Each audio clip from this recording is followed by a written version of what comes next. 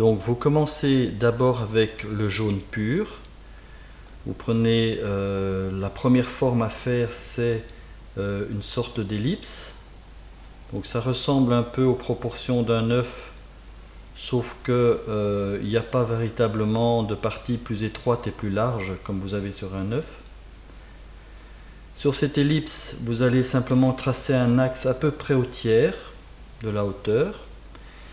Et nous allons dessiner ici un œil de la partie gauche du visage. Alors pour être sûr de ne pas me tromper, je vais ici juste marquer ce qui pourrait être un nez, uniquement pour se souvenir qu'on est sur la partie gauche, qu'on fait l'œil gauche, parce que vous allez voir que les yeux gauche et droite ne sont pas totalement symétriques. Il y a une asymétrie qui est très importante à respecter. Alors une fois que vous avez fait cette ellipse, il vous reste à l'intérieur à dessiner l'œil proprement dit. L'œil se dessine, donc c'est l'iris, hein, la couleur des yeux si vous voulez, exactement en se plaçant au centre de cet axe. Et à l'intérieur de l'iris, vous avez la pupille, donc la partie la plus sombre, et celle-là, eh bien, elle vient se décentrer vers le haut de l'œil lui-même. Ensuite, vous avez le cil du dessus. Alors pour faire le cil du dessus, vous devez bien partir sur l'extérieur et vous commencez par creuser un peu votre trait. Vous écrasez votre pinceau quand vous arrivez au-dessus de l'œil et vous revenez en arrondissant assez bien votre trait. C'est la même chose pour le cil qui est en dessous de l'œil, même s'il est souvent beaucoup moins marqué. Il commence par être arrondi et puis il revient de façon plus légère. Et enfin, vous avez les deux paupières qui sont marquées, qui sont simplement les deux parties extérieures de la première ellipse que vous avez dessinée.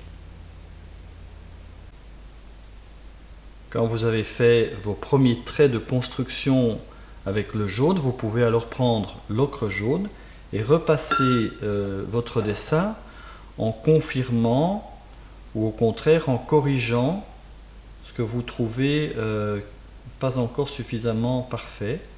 C'est ça le gros avantage d'utiliser ces trois teintes, c'est qu'on peut progressivement améliorer et corriger son dessin. Donc ici je dessine d'abord la pupille, donc la pupille qui n'est pas totalement ronde. Le bord de l'œil, alors là aussi votre trait peut un petit peu s'écraser quand il vient en dessous et puis redevenir plus léger quand il revient au-dessus. Alors j'attire votre attention sur un point qui est vraiment très important, c'est que quand vous allez dessiner votre cil, il faut que la pupille et l'œil arrivent dans la tangente du trait du cil. Donc vous prenez comme pour le bord ici de l'iris, vous prenez votre pinceau, vous commencez par un trait qui est plutôt fin, puis vous passez au-dessus en écrasant votre pinceau, et puis vous relâchez un petit peu pour avoir de nouveau un trait plus fin. Et ce qui est très important, c'est que ici ça ne touche pas, sinon ça éteint beaucoup le regard. Alors le cil du dessous, donc plus léger.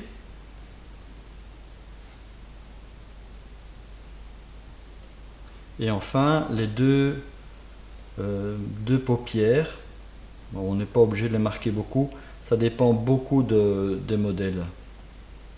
Ça, vous devez regarder sur le modèle que vous comptez reproduire.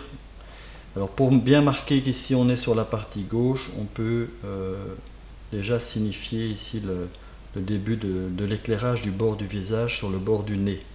Donc quand vous avez fini avec l'ocre jaune, ben, vous essayez alors ultimement de faire le plus beau dessin possible avec l'ocre rouge.